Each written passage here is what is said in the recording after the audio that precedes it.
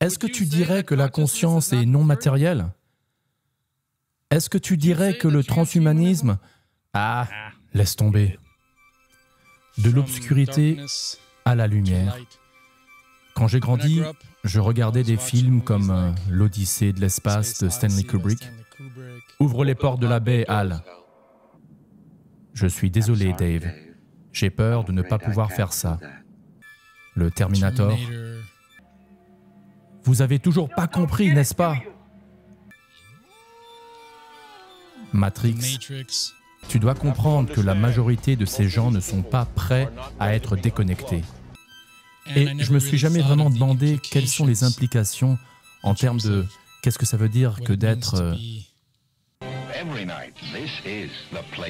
Nous avons tous regardé ces films et ils nous ont tous divertis, mais on ne se demande pas vraiment ce que la plupart de ces films signifient en termes d'identité.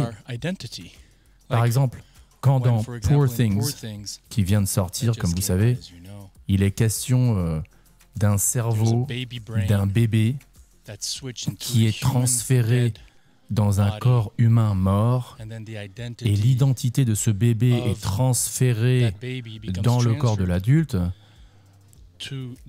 À ce moment-là, on a un problème.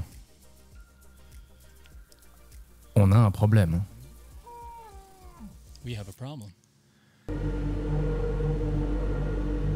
Qu'est-ce que cela implique? Sérieusement, quelle est l'implication de ce film? L'implication est que notre personnalité réside dans le cerveau, et rien d'autre que le cerveau. En d'autres mots, nous-mêmes, notre identité est un produit de neurones et de protones, et vous pouvez simplement prendre ce cerveau, le mettre dans un autre corps, et ce corps-là aura toutes les caractéristiques, toute la personnalité du cerveau de l'autre personne d'avant. Ça, mon ami, c'est dangereux. Tu as donc entendu parler du transhumanisme? Oui, j'en ai entendu parler. Et qu'est-ce que tu en penses? Tu crois que c'est bien ou mal et pourquoi? Je dirais que c'est effrayant, mais c'est logique. L'un de mes films préférés, c'est Matrix. Je pense que c'est une autre façon de chercher des réponses pour les êtres humains. Et puisque la technologie imprègne tellement notre monde et qu'elle s'améliore de plus en plus, je pense que c'est la raison. Eh bien, brièvement, je sais qu'ils veulent combiner les robots avec les humains et enlever l'essence de ce que nous sommes, c'est-à-dire des êtres vivants. Donc c'est ce que je sais brièvement sur ce sujet, en tant qu'auteur, compositeur, interprète et en tant que médium, et parce que j'ai cela dans ma lignée et que je vois dans l'avenir des possibilités, c'est dangereux, c'est vraiment dangereux. Et comment est-ce que c'est dangereux? C'est dangereux parce que cela enlève le sentiment d'être humain et l'essence de ce que nous sommes en tant qu'être divin. Donc tu crois que c'est bien ou mal ou pourquoi? C'est drôle, je pense que ça peut être neutre. Je pense que tout est neutre jusqu'à ce qu'on lui donne un sens, mais je pense que les humains n'ont peut-être pas encore atteint le stade de conscience où nous pouvons l'utiliser de manière fiable et responsable. Je pense que le transhumanisme a le potentiel d'avoir un impact très négatif sur le monde, mais qu'il peut aussi être utilisé de manière très positive. C'est donc à nous de l'utiliser de la bonne manière. Il y a des très bonnes applications, je pense, pour le futur. Et puis de toute manière, on n'a pas le choix, on va forcément tendre vers ce genre. There's certainly good applications, and anyway, we don't have a choice. We're kind of going in that direction of technology anyway. Il faut pas rater le train, il faut juste faire en sorte que ce soit bien normé et qu'il y ait une recherche qui soit internationale et que tout le monde partage ses résultats tous ensemble. No, we can't miss the boat, but at the same time, internationally, we have to be careful that we're, doing things consciously and responsibly. Merci. Transhumanism, I think it's good. Je dirais que c'est une bonne chose et aussi mauvaise aussi, parce que là tu utilises la technologie de mauvaise manière.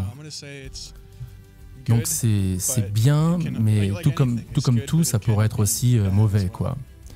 Je pense qu'avec tout ce qui est conçu, s'il y a des améliorations de l'expérience humaine, je pense que ça sera accepté. Et quels sont les dangers s'il y en a? Eh bien, si ces robots peuvent acquérir une conscience et qu'ils peuvent ensuite s'auto-apprendre et peut-être attaquer les humains, je pense que cela pourrait être un problème.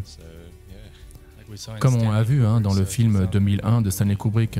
Oui, tout à fait, ou comme Terminator. Mais c'est peut-être parce que les humains vivent comme ils sont censés de le faire. Les IA ne savent donc plus vraiment où elles en sont et pensent que les humains sont le problème. Ce avec quoi je suis assez d'accord. Selon la sagesse védique, et si tu ne sais pas de quoi je parle quand je parle de sagesse védique, je fais référence à l'ancien corpus de connaissances que l'on trouve spécifiquement dans l'Inde ancienne, mais dont on pense qu'il s'est répandu sur toute la planète il y a des milliers d'années. Le texte le plus connu est la Bhagavad Gita, à laquelle je fais souvent référence dans cette chaîne. Tu peux cliquer ici, j'ai fait une vidéo sur ce que Will Smith, Joe Rogan et d'autres célébrités savent de ce grand livre de sagesse et dont je pense honnêtement que tu devrais lire si tu ne le lis pas quotidiennement. Donc selon cette sagesse védique, le soi est réellement non matériel. Le soi est spirituel par définition. Par conséquent, lorsque quelqu'un ou toute une population ou plusieurs générations sont bombardées de cette fausse propagande selon laquelle nous ne sommes rien d'autre que de la matière et qu'il n'y a donc aucune différence entre nous et, disons, un robot ou un ordinateur, imaginez la violence qui est faite au soi, n'est-ce pas? Parce que on fait croire à l'âme ou au moi que je ne suis que de la matière, que je ne suis pas vraiment différent d'un ordinateur et que lorsque la mort arrive, tout est fini. Non, non. Et bien sûr, il en va de même pour les animaux.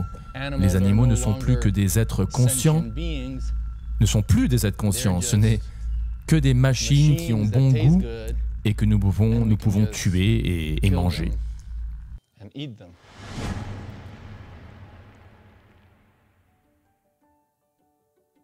Donc, si on te fait croire que tu n'es rien d'autre que de la matière, que tu es vraiment qu'un robot, tu te fais avoir. Car s'il se trouve que tu es bien plus que de la matière, que tu es une entité consciente, s'il se trouve que tu es éternel, que tu ne meurs jamais, alors celui qui te convainc que tu es que de la matière, eh ben en fait, il ne fait que te tromper.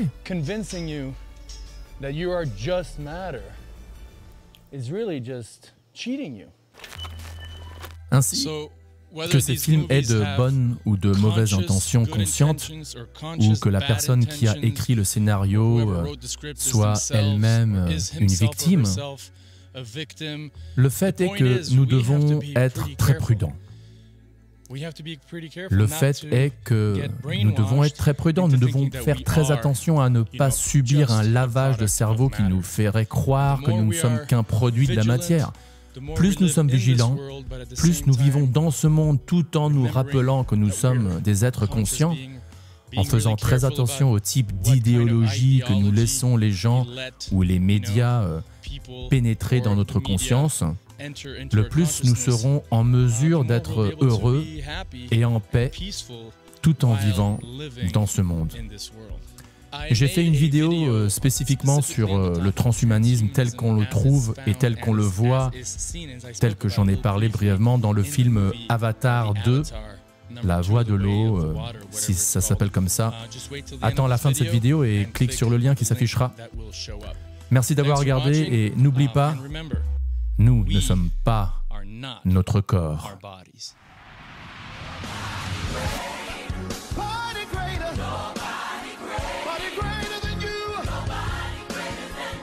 Vous êtes d'accord avec moi? Eh, me laissez pas tomber quand même.